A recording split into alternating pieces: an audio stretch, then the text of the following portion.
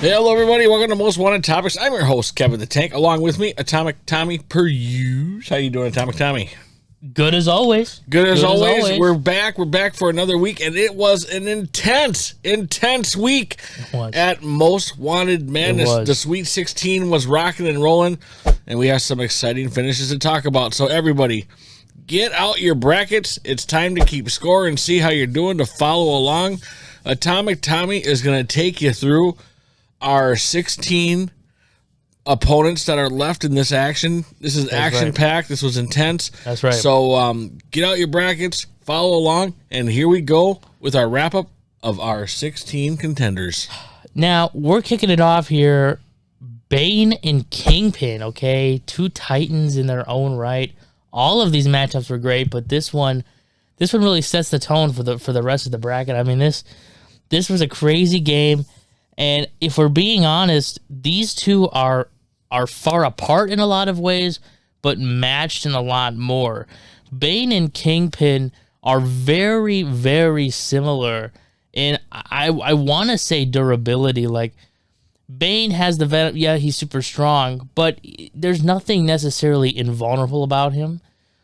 He has some increased feats in durability with that Venom. But again, Kingpin, I mean, he's got basically about as technical of a suit of armor as you can get on him. So really, all it amounts to, and Kingpin can take a punch, right? As we all know. So really, what it really comes down to here is just who's the better fighter. I mean, Kingpin, again, as what helped him last week, is a walloper. He wants to land any hit he can as fast as he can, and Bane's very similar in that way. Bane. The thing about Bane is that he can do both. He can not only wallop when he needs to, but be tactical and precise when he needs to as well. We got to remember that he is a League of Assassins trained fighter. So who won?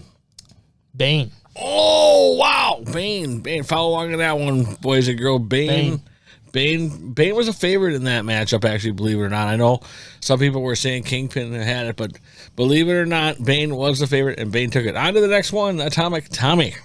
Next up, Beast and Conan. Beast he was the fan favorite last week.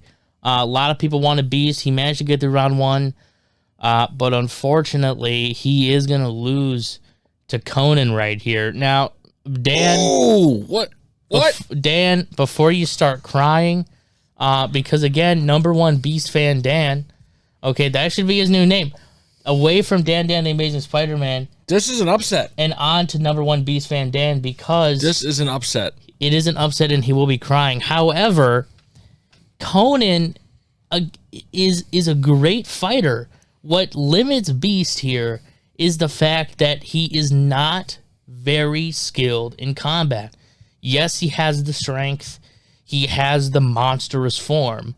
But again, Conan routinely deals with people very similar to Beast and wins.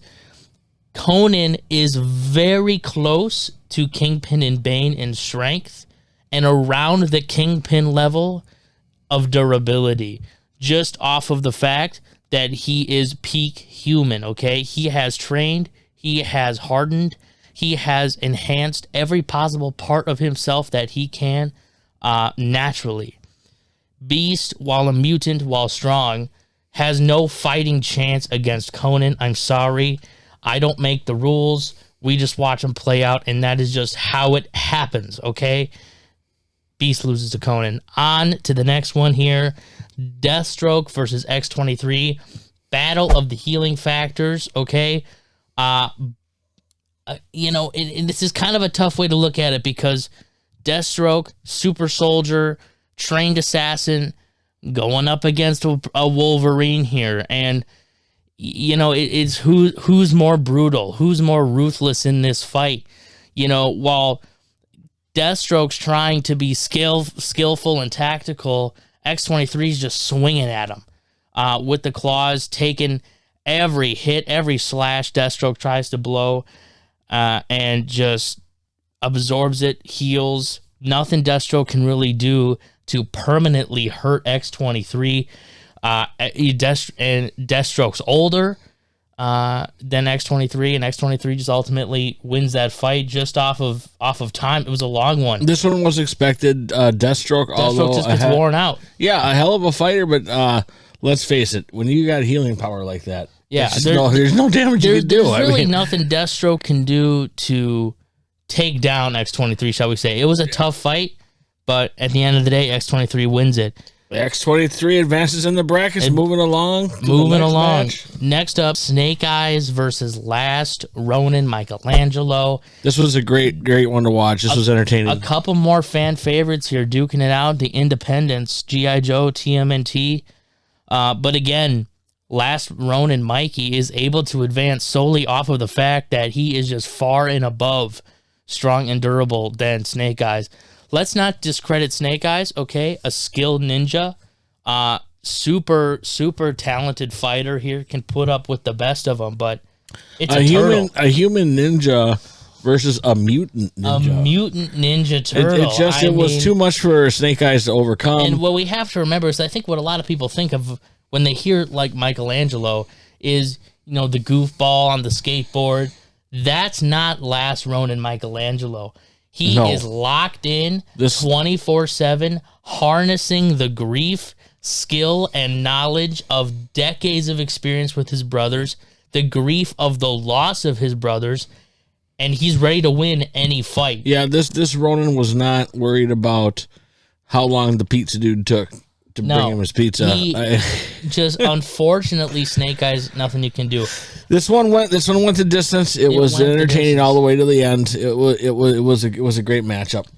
Moving on now to the right side of our bracket here, over to the power/meta section, we have the matchup of the bracket. What all the sports bettors were looking at here, the match of the bracket.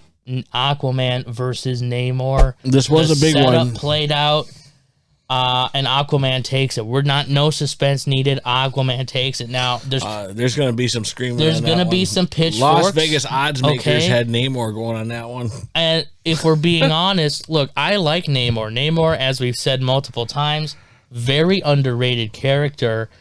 But there's a lot of Namor glazers out here, okay? No disrespect. Glazers? There's a lot of Namor fans out here that just don't want to accept that Aquaman can do everything Namor can do for the most part, or at least keep up with everything. Namor, I think, has slightly advanced or slightly more telekinetic abilities than Aquaman does, just off of the sort of mutant enhanced element that he brings to the table. This was a big upset in the bracket. But if we're talking skill and combat, which is ultimately what this fight boils down to, Aquaman takes it. One, Aquaman is far more experienced and proficient in the water element, which is where we can say this fight took place, than Namor, right? Both kings, or obviously both live in there, but Aquaman is the king of Atlantis. Aquaman is the king of the sea. His trident is magic. He, strength-wise, at a base level outside of the water, is probably equivalent to that of Wonder Woman. If you want a receipt for that, you can just look at Flashpoint, where Aquaman and Wonder Woman are battling constantly. The two heads of those armies practically even to even matched the whole time. You put Aquaman in water, and that ups it tenfold, right? Namor does get outstrength. Namor is not a better fighter than Aquaman. So unfortunately, Aquaman just wins, okay? I love Namor, but we gotta be real, okay? We gotta be realistic. We can't be glazing Namor just because he's underrated, okay? The match plays out how it plays out. Aquaman wins. Moving on. Wow. You can reach Tommy P.O. Box 081. It's just how it is. It's just how it is. Moving on. Helverine. And one more thing. Some people might retort with, well, Namor's strength has no limits. Bullshit, okay? That has no meaning on this fight, respectfully, because we have to establish some kind of barrier, okay? Okay. I just want to throw that before, because I know somebody's going to come at me with that respectfully. That's nonsense. Okay. That's nonsense. Hey, you know what? It was a great matchup. This one wasn't upset on the brackets. Yeah, it's going to change some bracketology. It might here change some bracketology, but it's going to change some brackets here. Some people are right now throwing a brick against the TV. That's what it's all about. That's what it's all about. That's what it's all about. That's why it's Most Wanted Madness. You don't know who's going to win. Yeah. All right, on to the next one. Helverine versus John Constantine.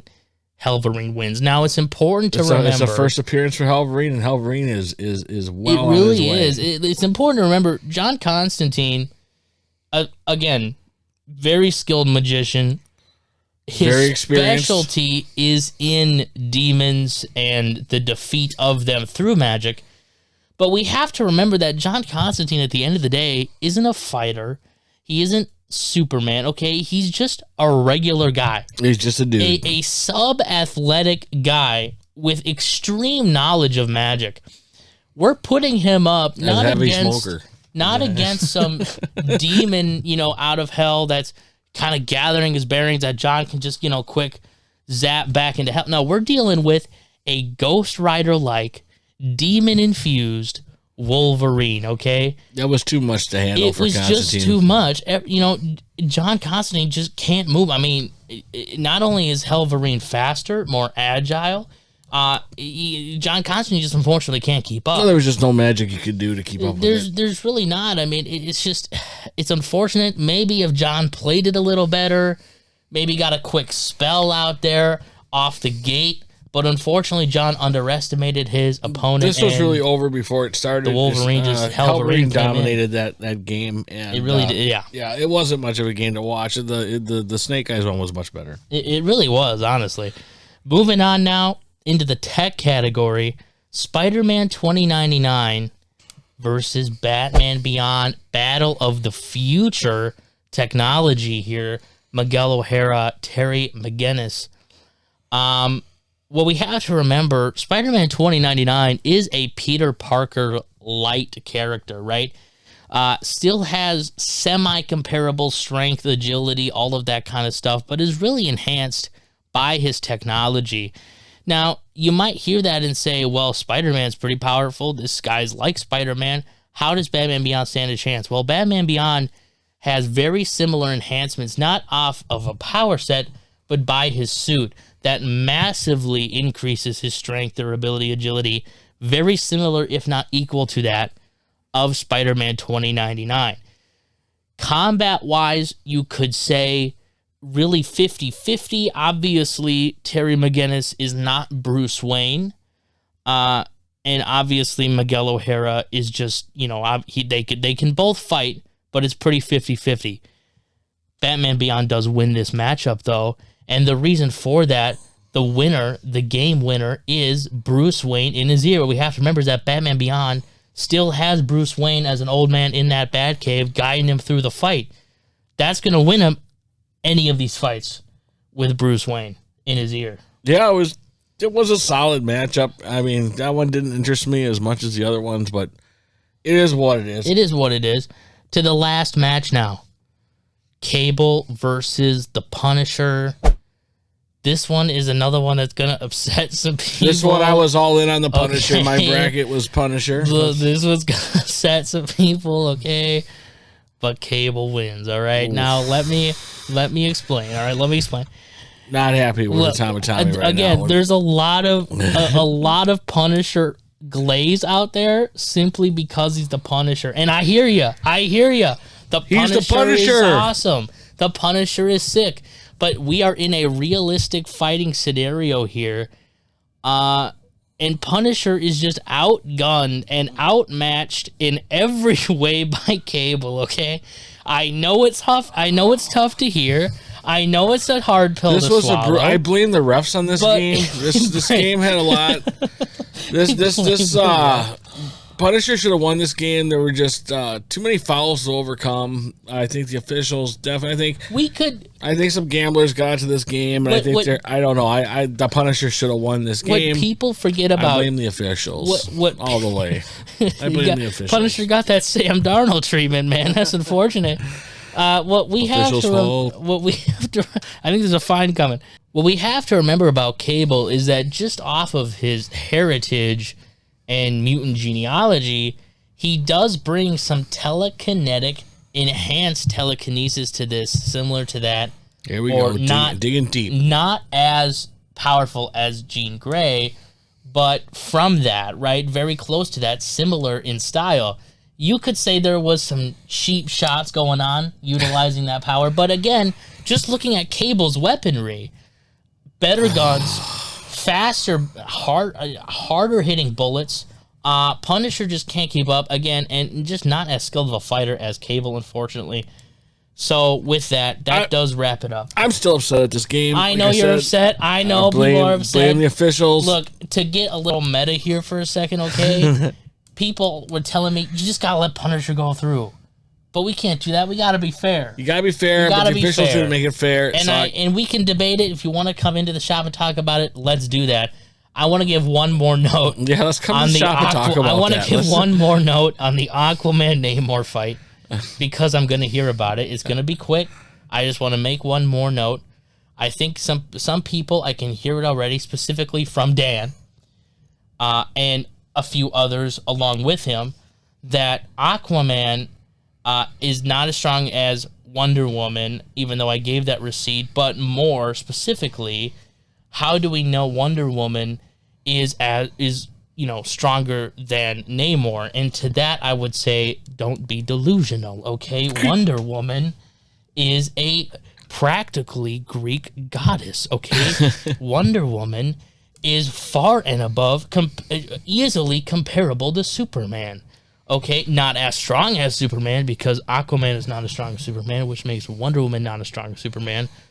But again, they all have their elements, and those elements go far and above Namor. I'm sorry, okay? Aquaman is as strong as Wonder Woman, and both of them are not as strong as Superman, but in their element can be compared. So if you want to find Tommy will be working at the shop on Thursday and Saturday. And what we have to remember is Aquaman, the reason people don't know that is because Aquaman rarely has good comics, okay? Aquaman is good right now. It had decent stuff in the New 52, but it's always been this persona that Aquaman sucks. Aquaman does not suck. Aquaman is actually pretty cool. Okay. Now we're back to Aquaman again. But we're moving on now. That was the bracket. That was week 2. Stay tuned till next week. Boy, this is exciting. I hope, some brackets are busted, but you know what? There's still hope. Just because you lost a big one here in the 16 does not mean you're out of it yet. So stay tuned.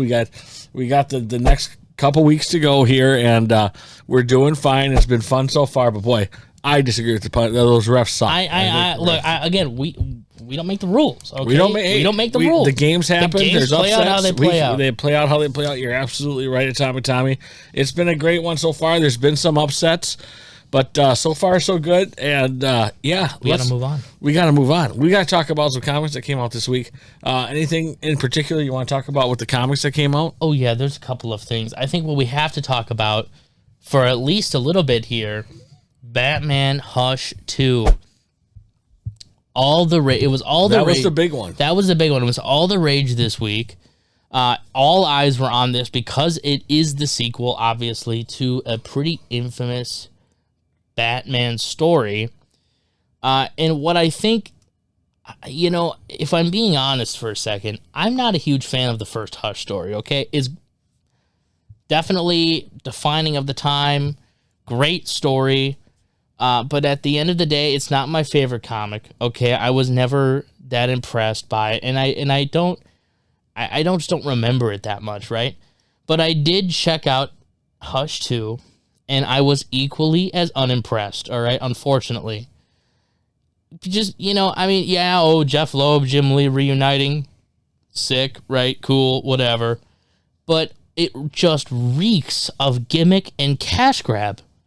And that's just the kind of stuff that I really don't like and really turns me off of a lot of these books, is when it's just an obvious cash grab. Especially when we have things like Absolute Martian Manhunter on the shelf the same week, which we will talk about in just 1 second.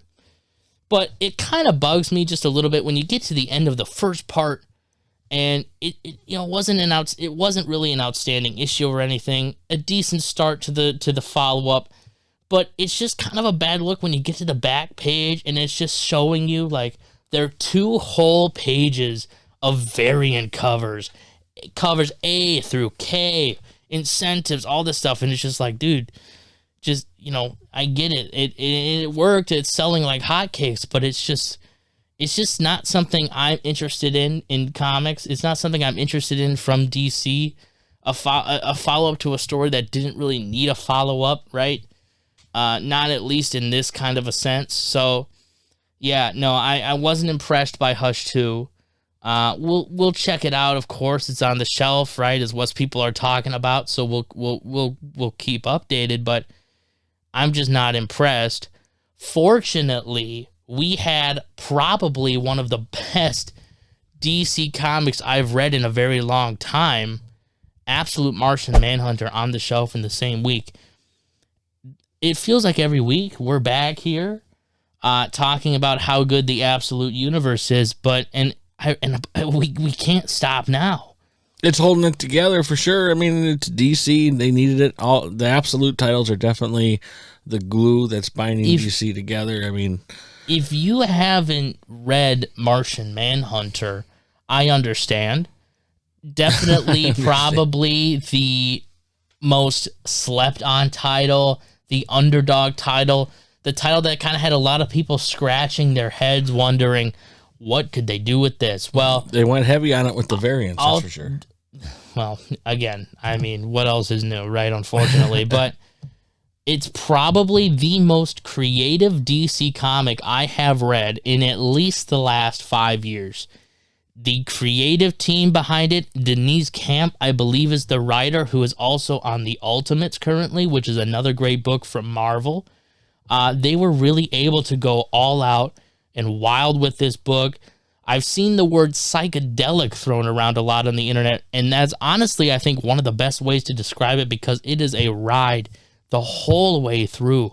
How it manages to completely reinvent Martian Manhunter's origin and character from the ground up. I mean, from how his powers and abilities are kind of worked in, to the character itself and how it mixes what you know from Martian Manhunter to what they're doing that's completely new.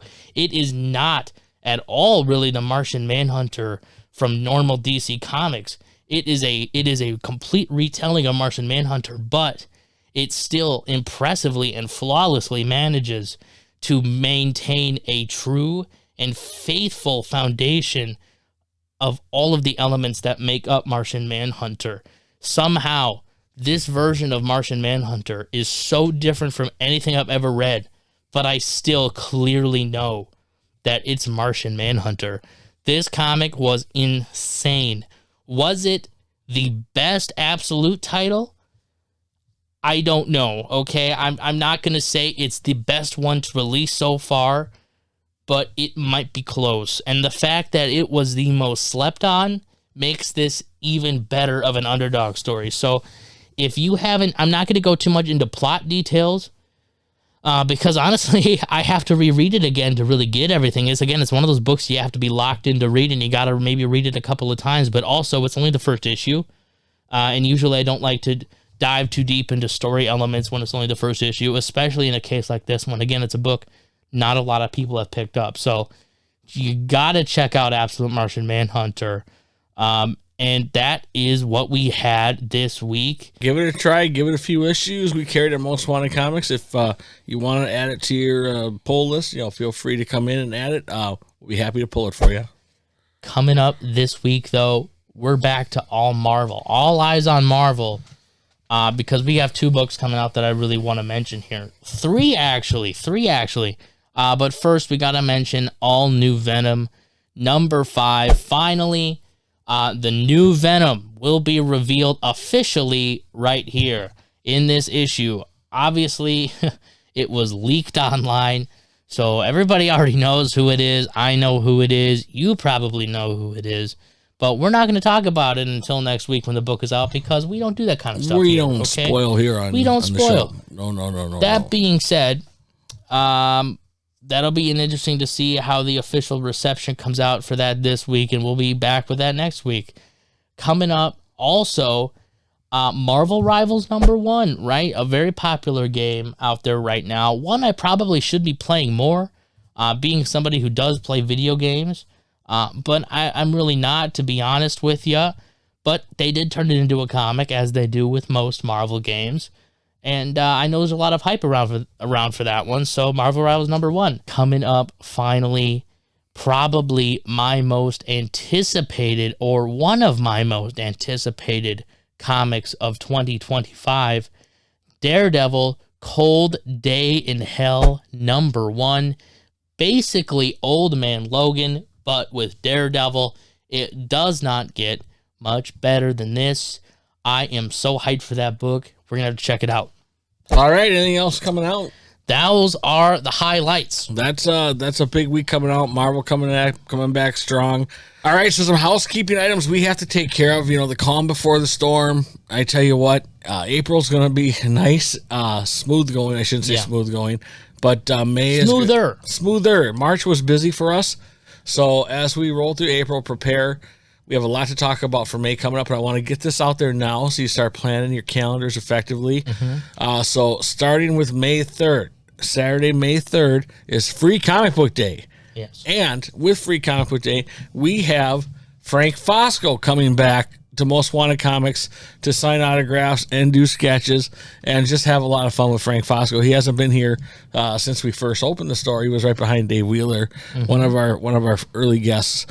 So Frank Fosco will be back in Minnesota, and if you want to get a commission done, feel free to email him. We put the email address up right here, so make sure you contact him if you want a commission done, and he's happy to work it out with you and bring it to Free Comic Book Day when you show up, so you don't have to wait for it at the day of. So feel free to order a commission from him. Contact him. He's happy to do it for you. But he'll also be doing sketches at the shop if you don't. So yeah, feel free to contact him if you want one. Okay, with that being said, then May the 4th, obviously a Star Wars Day at Most Wanted Comics. And then May 24th, we have Xander Cannon, Kaiju Max. Kaiju Max, local. Yes. He's a great artist and writer. Okay, so he'll be here signing autographs and signing his new book on Saturday, because his book comes out on Wednesday, and he'll be here on that Saturday right after it comes out to just sign those new comics that come out from Image Comics. Let's see, and then on the 25th, right after Xander, we have legendary Hall of Famer, Mouth of the South, Jimmy Hart will be back. Making his return to Most Wanted Comics. Yes, we are so excited to have him back. You loved him so much the first time. We loved him so much the first time. We had to get him back. Yep, so Mouth of the South, Jimmy Hart will be back on the 25th, and we're going to open at 11 instead of 12 that day to make sure we accommodate the people. So make sure you plan your calendars accordingly, and then we're going to have a huge announcement next week because we have an awesome guest coming. And we're gonna announce that next week, okay? With that, now it is time for shoutouts. It is time for some cool shoutouts. Of course, Matt and JD, shout out to you. And of course, we have Dan, the Amazing Spider-Man fan. Shout out to you. Jimmy the Sousa, shout out to you. Vinny, how you doing? Hey, we're happy to have you watching the show out there. Caleb, good job. As always, Mark, and hi, Mark, Aquaman fan, Mark. Brian, Jeff, Ryan, Jim, Liz, Sheila, and of course, Jamie. Jamie, love to have you following us. We really appreciate it. In heavy competition with Atomic Tommy on the brackets in basketball. Yeah, So yeah, Pat, Cindy, hey, Rick and Melissa, happy to have you guys follow along with us on that. So thank you very much. If you want to be a part of our fan club and want to be part of the shoutouts, feel free to email us, and we're happy to add you to the list. With that being said, it was a busy week. We're looking forward to another busy week. We hope you have a great week, and we'll see you next time, everybody.